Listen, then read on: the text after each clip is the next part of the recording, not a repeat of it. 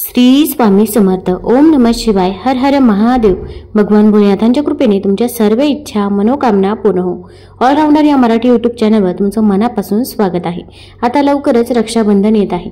या रक्षाबंधनच्या दिवशी भावाच्या घरून या 3 वस्तू चुकूनही आणू नका. माता लक्ष्मी घरातून निघून जाते, गरिबी देखील येते. तर कोणत्या वस्तू आणू नये हे जाणून घेण्यापूर्वी तुम्ही चॅनलवरती नवीन असाल तर चॅनल लाईक करा व सबस्क्राईब देखील करा. तसेच कमेंटमध्ये हर हर महादेव लिहायला विसरू नका. तसेच व्हिडिओ स्किप न करता शेवटपर्यंत बघा, कारण की शेवटी जी माहिती सांगितली आहे तर ती अत्यंत उपयुक्त आहे. रक्षाबंधन हा सण दरवर्षी श्रावण महिन्यातील पौर्णिमेला साजरा केला जातो. भद्रा काळात चुकूनही रक्षाबंधनचा सण साजरा करू नये असे शास्त्रात वर्णन केले गेले आहे. भद्रा काळामध्ये रक्षासूत्र बांधणे म्हणजेच राखी बांधणे अत्यंत अशुभ मानले जाते. रक्षाबंधनचा सण भद्राचा त्याग करूनच साजरा करावा. यंदा श्रावण पौर्णिमा शुक्रवारी 8 ऑगस्टला दुपारी 2:12 सुरू होणार असून शनिवारी 9 ऑगस्टला दुपारी 1:24 समाप्त होणार आहे. 9 ऑगस्टलाच आपल्याला रक्षाबंधन हे साजरे करायचे आहे. बहिणीच्या अतूट प्रेमाचे प्रतीक म्हणजे रक्षाबंधन. या दिवशी बहीण आपल्या भावाच्या मनगटावर रक्षासूत्र म्हणजेच राखी बांधते आणि त्याला दीर्घायुष्य आणि आरोग्याची शुभेच्छा देते. आणि भाऊ देखील आपल्या बहिणीचे नेहमी रक्षण करण्याचे वचन देतो.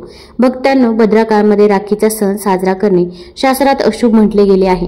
त्यामुळे भद्रा काळामध्ये तुम्ही तुमच्या भावाला चुकूनही राखी बांधू नका. यामागे एक पौराणिक कथा सुद्धा आहे. भद्रा काळामध्ये लंकापती रावणाला त्याच्या बहिणीने राखी बांधली आणि वर्षभरातच त्याचा नाश झाला असे म्हटले जाते. याशिवाय भद्राजी शनिदेवाची बहीण आहे. तिला ब्रह्माजी यांनी शाप दिला आहे.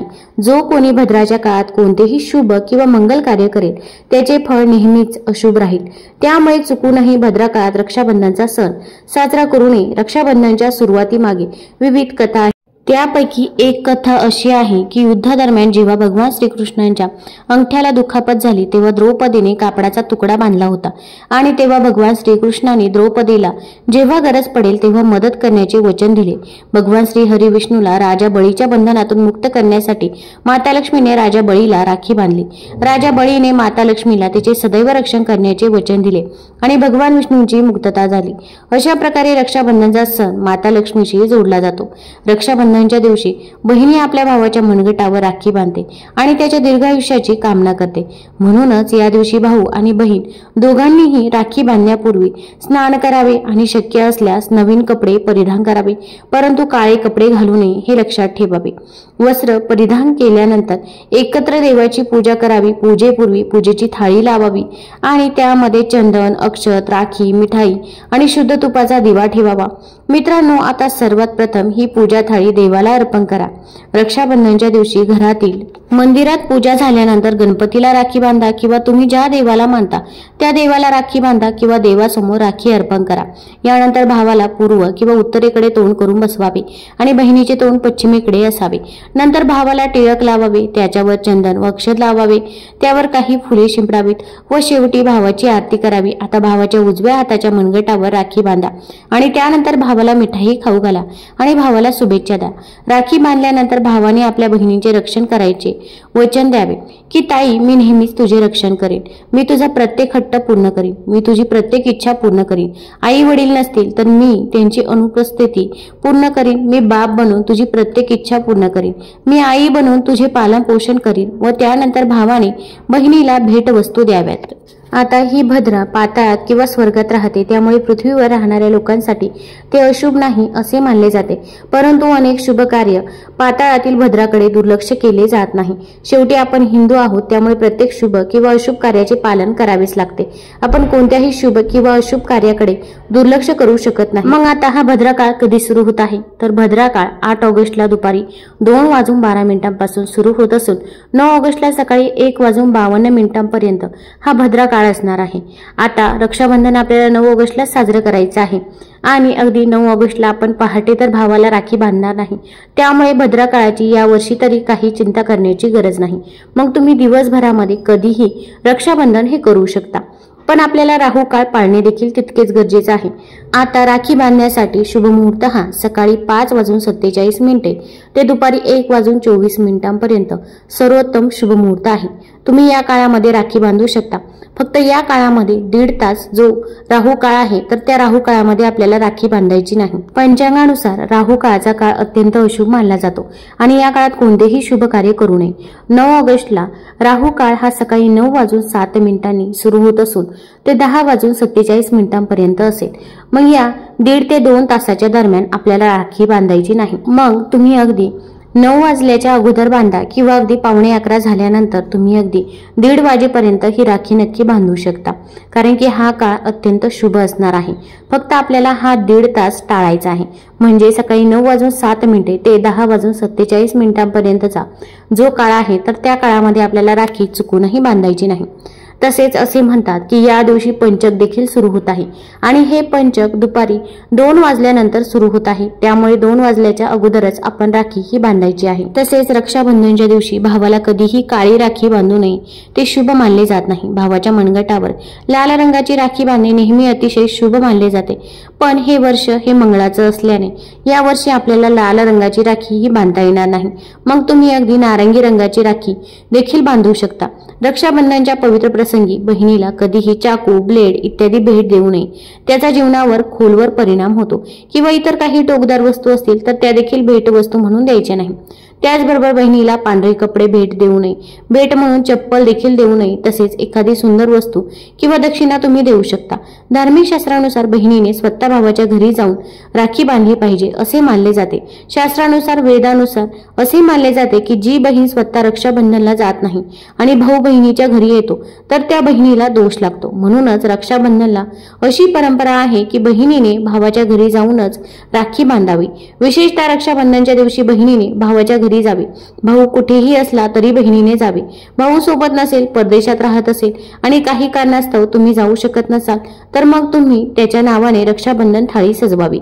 त्यामध्ये राखी, मिठाई, अक्षत, चंदन, टिळक या सर्व गोष्टी ठेवाव्या आणि गणपतीला भाऊ मानून गणपतीच्या मनगटावर राखी बांधावी। ती राखी स्वतःहून तुमच्या भावाच्या मनगटापर्यंत पोहोचेल। तुम्ही ती श्रीकृष्णाच्या मनगटावर बांधा किंवा नारायणाच्या मनगटावर।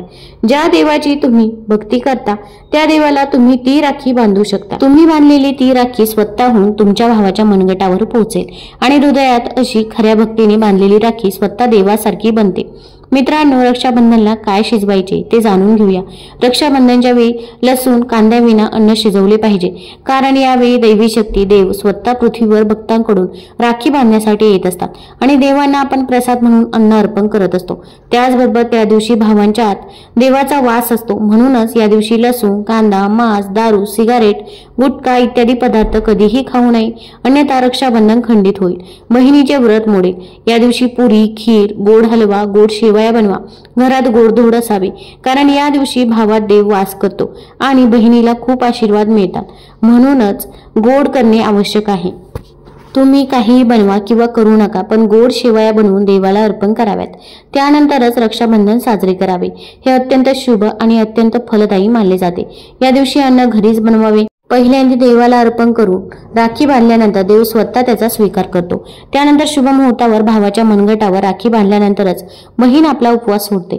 बहिणीने भावाला मिठाईचा एक तुकडा खाऊ घालावा आणि भावानेही बहिणीला मिठाईचा एक तुकडा खायला देऊन बहिणीचे व्रत पूर्ण करावे। यामुळे भावा बहिणींमधील प्रेम वाढते आणि देव सुद्धा अशा भाऊ बहिणींना शुभ आशीर्वाद देत असतात। या दिवशी बहिणीने आपल्या भावासाठी व्रत न ठेवल्यास आणि रक्षाबंधनला अशा प्रकारे राखी न बांधल्यास भावाचे वय कमी होते असे म्हटले जाते। कोणत्याही बहिणीने या दिवशी व्रत अवश्य पाळावे, कारण त्यामुळे भावाचे वय वाढते, प्रेम वाढते, देव प्रसन्न राहतो, अन्यथा रक्षाबंधनचा फायदा होणार नाही। रक्षाबंधनच्या दिवशी बहिणीने असा एक उपाय केला तर जग तिला आशीर्वाद देईल। कोणतीही शक्ती त्याला श्रीमंत होण्यापासून रोखू शकत नाही। हा उपाय आपल्याच घरात केला जातो। भावाला उच्च पद मिळते, सरकारी नोकरी मिळते। जर व्यवसाय मंद चालत असेल तर तो चालू लागतो। भावावर कधीच कोणाची वाईट नजर पडत नाही, त्याचा अपघाती मृत्यू होत नाही।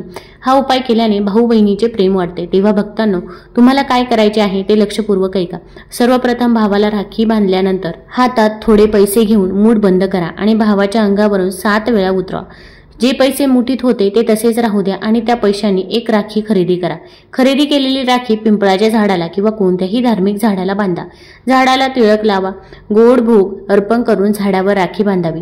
हा उपाय केल्याने सदैव तुमच्या भावाचे रक्षण होईल. तो त्याच्या कार्यामध्ये नेहमी विजयी ठरेल. असे केल्याने बहीण आणि भाऊ दोघांनाही फायदा होईल. भावावर वाईट नजर आणि दोष, कालसर्पदोष, पितृदोष, राहुदोष, शनिदोष आणि भयंकर दारिद्र्य या दोषांचा कधीही परिणाम होणार नाही. भक्तांनो, हा उपाय तंत्रशास्त्राच्या अभ्यास क्रमांक 54 मध्ये स्पष्टपणे लिहिलेला आहे. रक्षाबंधनच्या दिवशी हा उपाय केल्यास भावाचे रक्षण होते. त्याला श्रीमंत होण्यापासून कोणीही रोखू शकत नाही. प्रगती दिवसा दुप्पट आणि रात्री चौपट होते. बहिणीचे भावावरचे प्रेम कायम राहते. घरात इतकी संपत्ती येते की ती तुम्ही सांभाळू शकणार नाही. हा उपाय विशेषतः रक्षाबंधनच्या दिवशी केला जातो. रक्षाबंधन वर्षातून एकदाच येतो. कुणास ठाऊक या उपायाने तुमचे नशीब चमकू शकतील, कारण कुणाचे नशीब कधी 7व्या स्वर्गाला पोहोचतील हे आपल्याला माहीत नसते. खऱ्या मनाने केलेला उपाय भगवंतही पूर्ण करत असतो. आणि हा उपाय एखाद्या बहिणीने आपल्या भावासाठी केला तर स्वतः देव सुद्धा हा उपाय रिकामा जाऊ देत नाही, कारण त्यात बहिणीचा हात असतो. तिचे प्रेम, आपुलकी, खरी श्रद्धा असते आणि हा विश्वास पाहून देव हा उपाय यशस्वी करतो. आता भद्रा काळात चुकून कोणी भावाला राखी बांधली तर भद्राचा कोप कसा टाळायचा, भावाला त्रास होऊ नये म्हणून काय उपाय योजावेत, असा समज आहे. भद्राची 12 नामे जप केली तर भद्राच्या प्रकोपापासून तुमचा उद्धार होईल. यासोबतच माता लक्ष्मीसह इतर देवी देवतांची पूजा करून भावाच्या रक्षणासाठी प्रार्थना करावी. भावाच्या भरभराटीसाठी भद्रा काळाची विशेष काळजी घ्यावी लागते. प्रत्येक समस्येचे समाधान शास्त्रामध्ये लिहिलेले आहे. आता आपण अशा गोष्टींबद्दल बोलूया की ज्या रक्षाबंधनच्या दिवशी काही वस्तू आहे की ज्या आपण घरामध्ये आणायच्या नाही. शास्त्रामध्ये अशा काही गोष्टींचे वर्णन केले गेले आहे ज्यामुळे पत्नीला त्रास होऊ शकतो. तुम्ही ते तुमच्या आईच्या घरून कधीही आणू नका, अन्यथा ते तुमच्या पतीच्या नाशाचे कारण ठरू शकते. नवरा गरीब होण्याची शक्यता असते. आपल्या मुलींना एक चांगलं सासर आणि प्रेमळ नवरा मिळावा हे प्रत्येक पालकाचे स्वप्न असते. त्याच्या मुलीला सासरच्या घरात मान सन्मान मिळावा आणि सासरच्या घरात फक्त आनंदच असावा अशी त्यांची इच्छा असते. पण कधी कधी आई वडील अशा काही चुका करतात ज्यामुळे मुलीला आणि नवऱ्याला आयुष्यभर त्रास सहन करावा लागतो.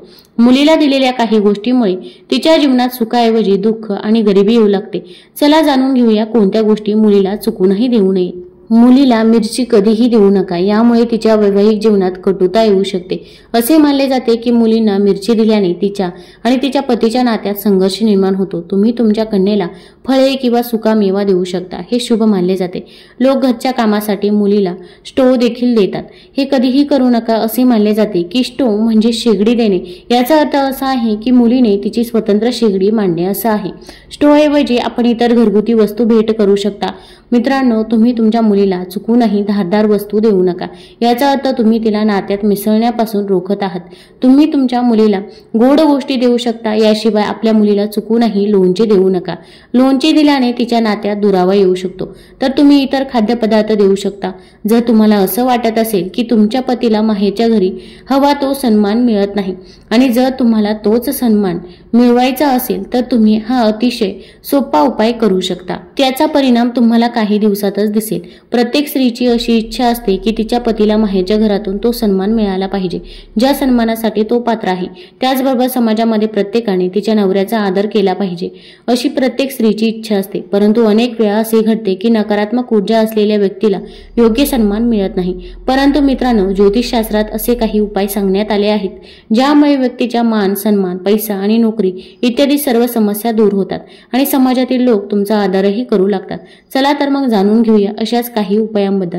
जर तुम्हाला समाजात आणि सासरच्या लोकांमध्ये मान सन्मान मिळवायचा असेल तर रात्री झोपताना तांब्याच्या भांड्यात पाणी ठेवावे आणि त्या भांड्यात सोन्या चांदीचे नाणे किंवा दागिने ठेवावे.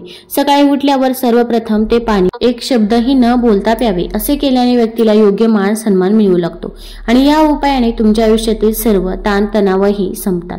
तुमच्या मनामध्ये कोणताही ताण असेल तर रात्री झोपताना आपल्या पलंगाखाली भांड्यात थोडे पाणी ठेवा आणि ते पाणी सकाळी घराबाहेर फेकून द्या. असे केल्याने वादविवाद संपतात किंवा कोणी तुमच्यावर खोटे आरोप केले असतील तर तेही खरे ठरत नाही. हा उपाय केल्याने तुम्हाला सर्व प्रकारच्या वादविवादांपासून संरक्षण मिळते. याने तुमच्यावरील सर्व नकारात्मकता किंवा घरात नकारात्मकता असेल तर ते सर्व या पाण्याने घराबाहेर जाईल. जर तुम्ही हा उपाय रोज केला तर काही दिवसात तुम्हाला त्याचा परिणाम दिसू लागेल. समाजात मान सन्मान मिळावा. नोकरी मिळत नसेल, व्यवसाय चालत नसेल तर तुम्ही तांदूळ आणि बाजरी यांचे मिश्रण कबुतरांना किंवा पक्ष्यांना खाऊ घालू शकता. तुम्हाला जर हा व्हिडिओ आवडला असेल तर आपल्या ऑलराऊंडर या चॅनलला लाईक करा, सबस्क्राईब करा, मित्रपरिवारासोबत जरूर शेअर करा. धन्यवाद.